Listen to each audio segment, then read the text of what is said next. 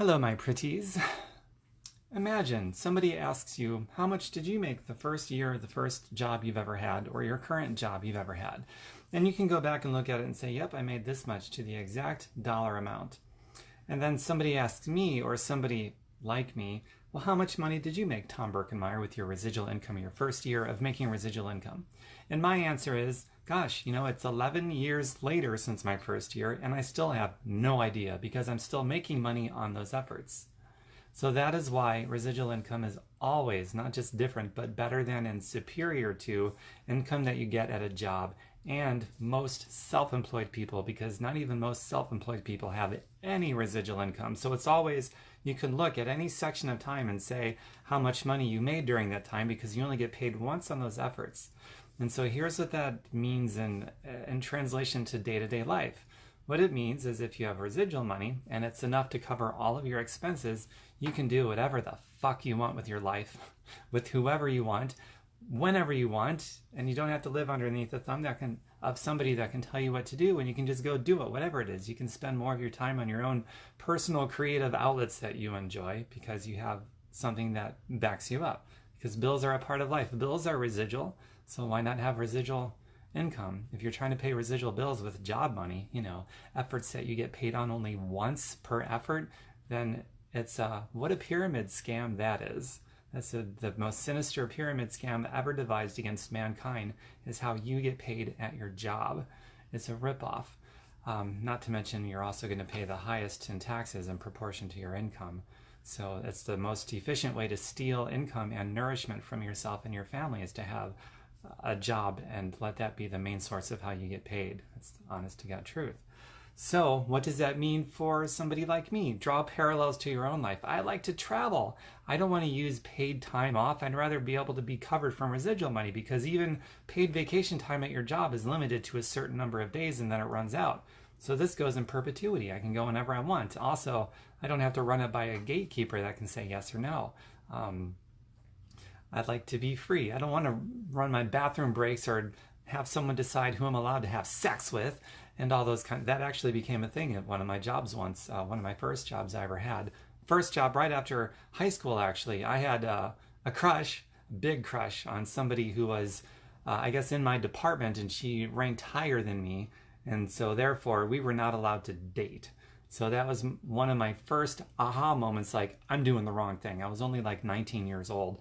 And I'm like, I can't live like this. They're going to micromanage my life so badly that they're going to tell me who I'm allowed to have sex with or date or anything. You got to be kidding me. What a scam. So that was my first big aha moment. It took me much longer to realize how badly I needed to not be in that predicament anymore of, being one of those suckers that depends on a job for income, because it is such a ripoff. It dictates your personal life and it chains you, bounds you to the dollar, because it all goes back to what's the difference between residual income and your job income. Your job, you get paid one time on each hour that you work or each effort that you make.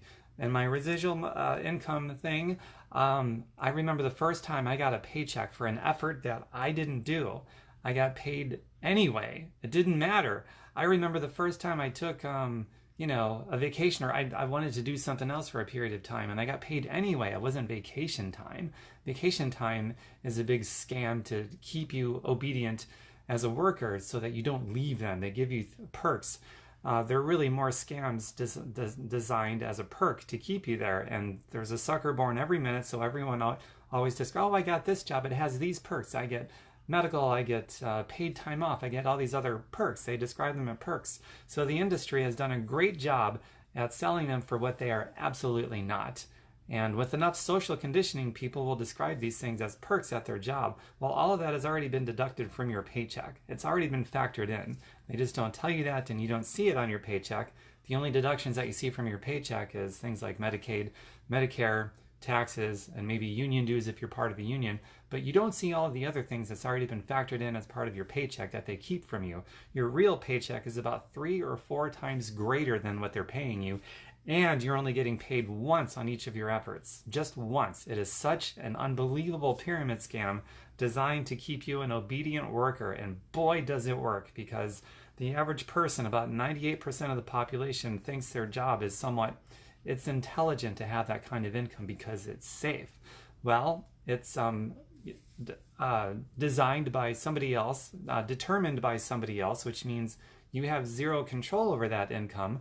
And you have zero control. That means it's the highest risk possible. So when you're sold to as it's a safe form of income so you can take care of your family or whatever, it's a lie. Zero control is highest risk possible. It's a risky lifestyle.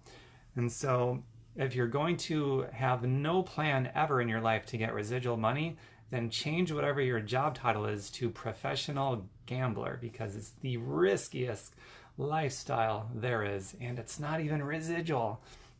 So there's really nothing good about it, except if you use that money, or at least a portion of it, like maybe you've got $50 a week or $100 a week, something that you can invest towards an asset that produces residual income.